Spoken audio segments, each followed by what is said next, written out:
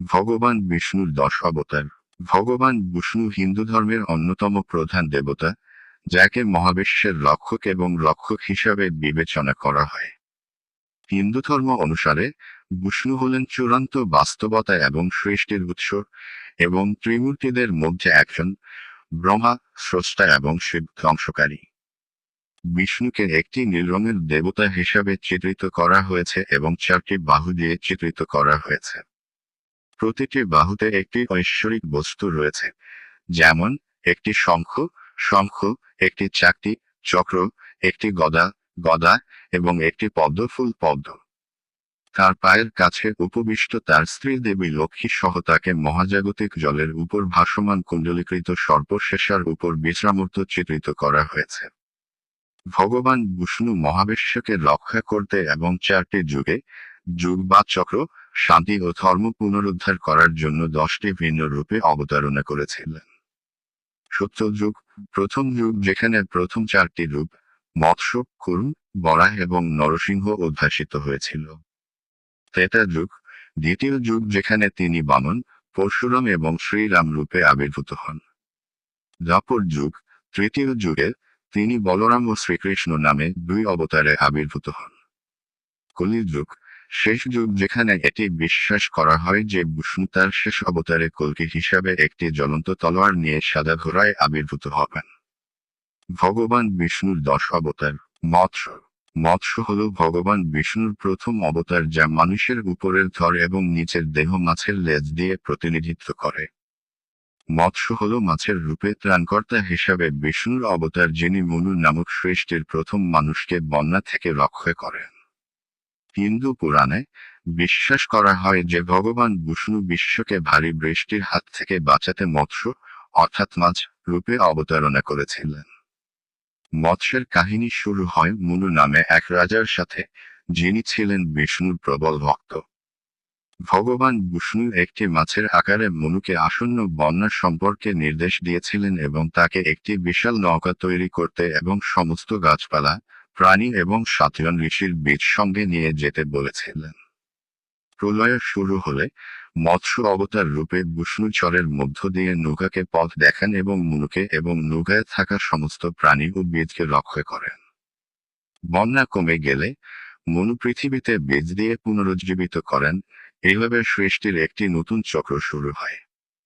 হিন্দু পুরাণে মৎস্য অবতারের অপরিহার্য অংশটি হায়গ্রীবের সাথে যুদ্ধেরও ব্যাখ্যা করে, যিনি ব্রহ্মার কাছ থেকে বেদ চুরি করেছিলেন, যেখানে মৎস্য বেদগুলি পুনরুদ্ধার করেছিলেন এবং ব্রহ্মার কাছে পুনরুদ্ধার করেছিলেন। মৎস্য অবতার সংরক্ষণ, সুরক্ষা এবং সৃষ্টি ও ধ্বংসের চক্রাকার প্রকৃতির প্রতীক।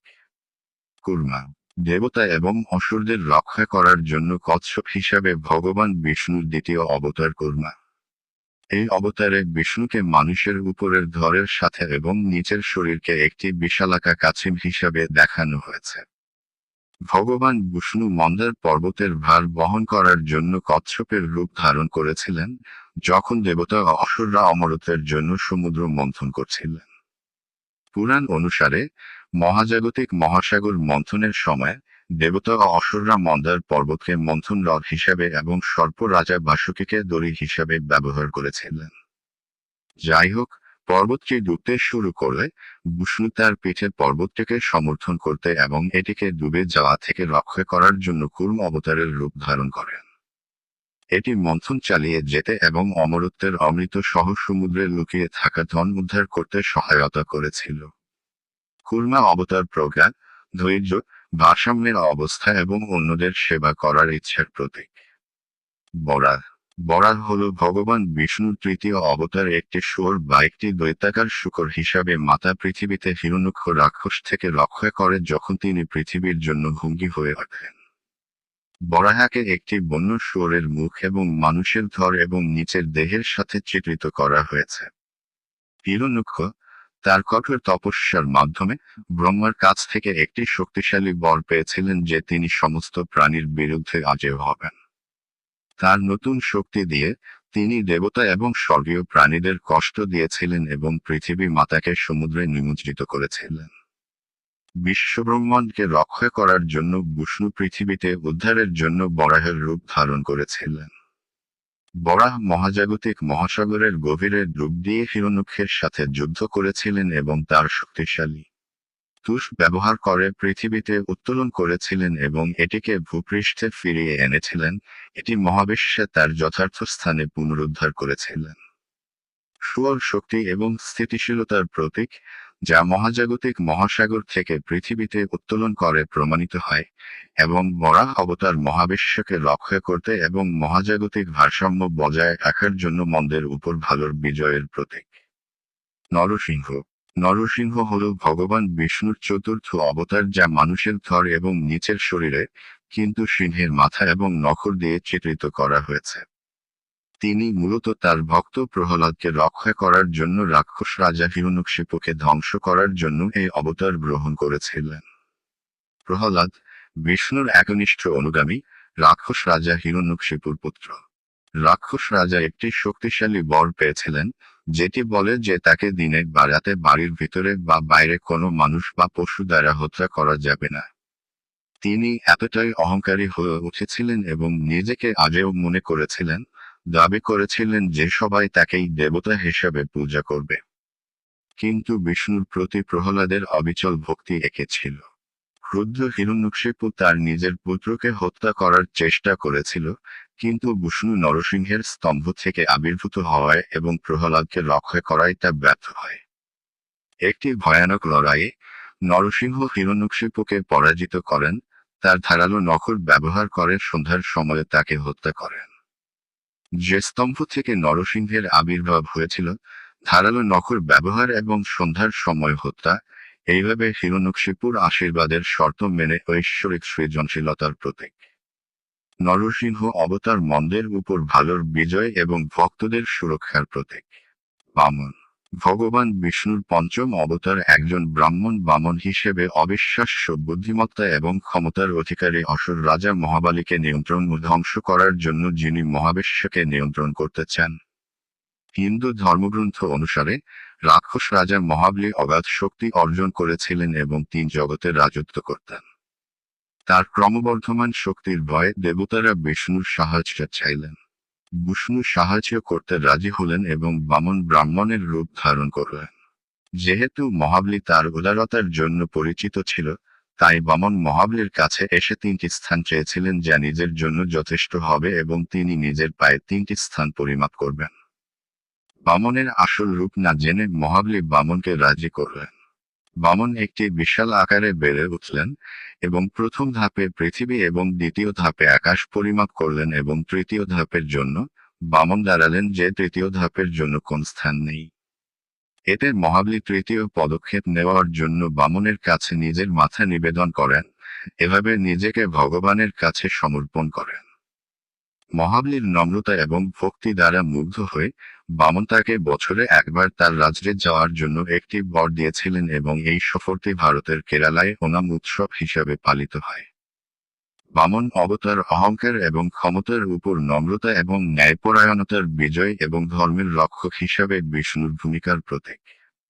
পরশুরাম পরশুরাম হলেন ভগবান বিষ্ণুর ষষ্ঠ অবতার, যাকে কুচার সহ ঋষি হিসাবে চিত্রিত করা হয়েছে।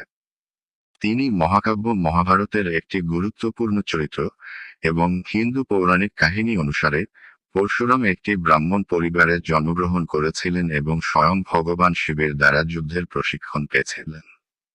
তিনি ধ্যান এবং যুদ্ধ উভয় ক্ষেত্রেই প্রশিক্ষিত প্রথম যোদ্ধা সাধক এবং ভীষ্ম, দ্রোণাচার্য এবং কর্ণের গুরু ছিলেন বলে কথিত আছে। তিনি তার আক্রমণাত্মক প্রকৃতির জন্য পরিচিত এবং তিনি শক্তির প্রতীক এবং সাহসিকতার জন্য বিশ্বে ধর্ম, ধার্মিকতা পুনরুদ্ধারে গুরুত্বপূর্ণ ভূমিকা পালন করছেন। শ্রীরাম অযোধ্যার যুবরাজ শ্রীরাম রাজা দশরথ এবং রানী কৌশলার জ্যেষ্ঠ পুত্র। রাম হলেন একজন আদর্শ ভালো মানুষ হিসেবে ভগবান বিষ্ণুর সপ্তম অবতার এবং তিনি মহাকাব্য রামায়ণের প্রধান চরিত্র, যা আমাদের তার স্ত্রী সীতা দেবী এবং ভাই লক্ষ্মণ সহ তার আধিপত্য সম্পর্কে বলে। রাক্ষস রাজা রাবণকে ধ্বংস করার জন্য শ্রীরাম এই অবতার গ্রহণ করেছিলেন। রামের জীবনের ঘটনাগুলি মহাকাব্য রামায়ণে ভালোভাবে ব্যাখ্যা করা হয়েছে, যা আমাদেরকে সীতার সাথে তার বিবাহ, তার সৎমা, রানী কৈকেয়ীকে তার পিতার দেওয়া প্রতিশ্রুতি রক্ষা করার জন্য বনে তার নিবসন, রাবণের দ্বারা সীতাকে অপহরণ এবং সীতাকে উদ্ধারের জন্য রাবণের সাথে যুদ্ধ। রাম তার ভাই লক্ষ্মণের সাথে এবং বনরাজা হনুমানের সাহায্যে রাবণকে পরাজিত করে অযোধ্যায় ফিরে আসেন। অযোধ্যায় রামের প্রত্যাবর্তন আলোর উৎসব দীপাবলি হিসাবে উদযাপিত হয়, যা অন্ধকারের উপর আলোর বিজয় এবং মন্দের উপর ভালোর প্রতীক। শ্রীরাম ধার্মিকতা এবং নৈতিকতার প্রতীক হিসাবে সম্মানিত এবং একজন আদর্শ পুরুষের সর্বোত্তম উদাহরণ, কারণ তিনি একজন ভালো পুত্র, একজন নৈতিক রাজা, একজন বিশ্বস্ত স্বামী এবং একজন স্নেহময় ভাইয়ের গুণাবলীর উদাহরণ দেন। বলরাম বলরাম বলদেব নামেও পরিচিত, বা হলধারা লাঙ্গুল বহনকারী, হলেন বাসুদেব এবং রোহিণীর পুত্র এবং শ্রীকৃষ্ণের বড় ভাই। তিনি ভগবান বিষ্ণুর অষ্টম অবতার এবং একটি লাঙ্গুল হালা বহন করেন যা তার কৃষি প্রকৃতির প্রতীক এবং একটি গদা গদা একটি অস্ত্র যা তার শারীরিক শক্তি এবং বীরত্বের প্রতীক। তাকে আদিশেষের অবতার হিসাবে বিবেচনা করা হয়, সেই দিব্য সর্প যার উপর ভগবান বিষ্ণু মহাজাগতিক মহাসাগরে বিশ্রাম নেন। বলরাম বৈষ্ণব ধর্মের একজন গুরুত্বপূর্ণ দেবতা এবং মহাকাব্য মহাভারতে গুরুত্বপূর্ণ ভূমিকা পালন করে কৃষ্ণের অবিরাম সহচর, রক্ষক এবং উপদেষ্টা হিসেবে কাজ করেন। বলরাম এবং কৃষ্ণের মধ্যে একটি গভীর বন্ধন রয়েছে এবং তাদের শৈশবের দুঃসাহসিক কাজগুলি প্রায়শই হিন্দু পুরাণে বর্ণনা করা হয়েছে। শ্রীকৃষ্ণ কৃষ্ণ হলেন বাসুদেব এবং দেবকীর পুত্র, ভগবান বিষ্ণুর নবম অবতার হিসাবে মন্দকে ধ্বংস করতে এবং ধর্ম প্রচারের জন্য অবতীর্ণ হন। কৃষ্ণকে তার করুণা এবং ভালোবাসার জন্য হিন্দু ধর্মের অন্যতম সেরা দেবতা হিসাবে পূজা করা হয়। তিনি তার ভক্তদের প্রতি দেখান দুটি গুরুত্বপূর্ণ ঘটনার জন্য দাপর যুগে ভগবান বিষ্ণু নিজেকে ভগবান কৃষ্ণরূপে অবতারণা করেছিলেন। প্রথমটি, ভগবান শ্রীকৃষ্ণ তার দুষ্ট মামা কামসাকে পরাজিত করেছিলেন। দ্বিতীয়ত, তিনি কুরুক্ষেত্রের যুদ্ধের সময় পাণ্ডবদের পরামর্শদাতা ছিলেন, যেখানে তিনি যুদ্ধ শুরু হওয়ার ঠিক আগে যোদ্ধা রাজকুমার অর্জুনকে আধ্যাত্মিক জ্ঞান এবং নির্দেশনা প্রদান করেন। কৃষ্ণ অবতারের প্রাথমিক ভূমিকা কৃষ্ণের শিক্ষাকে অন্তর্ভুক্ত করে, যা কর্তব্য, ধার্মিকতা, ভক্তি এবং বস্তুগত জগৎ থেকে বিচ্ছিন্নতার গুরুত্বের উপর জোর দেয়। কল্কি হলেন ভগবান বিষ্ণুর দশম অবতার এবং এটা বিশ্বাস করা হয় যে বিষ্ণু একটি সাদা ঘোড়ায় একটি জ্বলন্ত তলোয়ার নিয়ে বর্তমান যুগে বা কলিযুগের শেষের দিকে মানবজাতির মধ্যে বিদ্যমান সমস্ত অধার্মিকতা এবং মন্দকে ধ্বংস করতে আবির্ভূত হবেন। কল্কিকে একটি সাদা ঘোড়ায় যোদ্ধা হিসাবে চিত্রিত করা হয়েছে, যা একটি তলোয়ার নিয়ে অশুভ শক্তির ধ্বংসের প্রতীক এবং আলোকিত ও সম্প্রীতির একটি নতুন যুগের সূচনা করে। বিষ্ণু পুরাণ এবং ভাগবত পুরাণে কল্কি এবং তার আগমনের ধারণার বিভিন্ন ব্যাখ্যা রয়েছে, কিন্তু বিশ্বাস হলো যে একজন ঐশ্বরিক ত্রাণকর্তা বিশৃঙ্খলা ও নৈতিক অবক্ষয়ে জর্জরিত বিশ্বে সবকিছু ঠিক করতে আবির্ভূত হবেন এবং শান্তির একটি নতুন যুগ শুরু করবেন। সত্যযুগ নামে পরিচিত সমৃদ্ধি। বিষ্ণুর এই অবতার গ্রহণের কারণগুলি বিভিন্ন হিন্দু ধর্মগ্রন্থ এবং ব্যাখ্যা অনুসারে পরিবর্তিত হতে পারে, তবে প্রতিটি অবতার একটি নির্দিষ্ট উদ্দেশ্য পরিবেশন করে এবং ধর্ম রক্ষা এবং মহাবিশ্বের ভারসাম্য বজায় রাখার জন্য বিষ্ণুর ঐশ্বরিক শক্তির বিভিন্ন দিককে প্রতিনিধিত্ব করে। ভালো লাগলেই শেয়ার করুন। রাধে রাধে।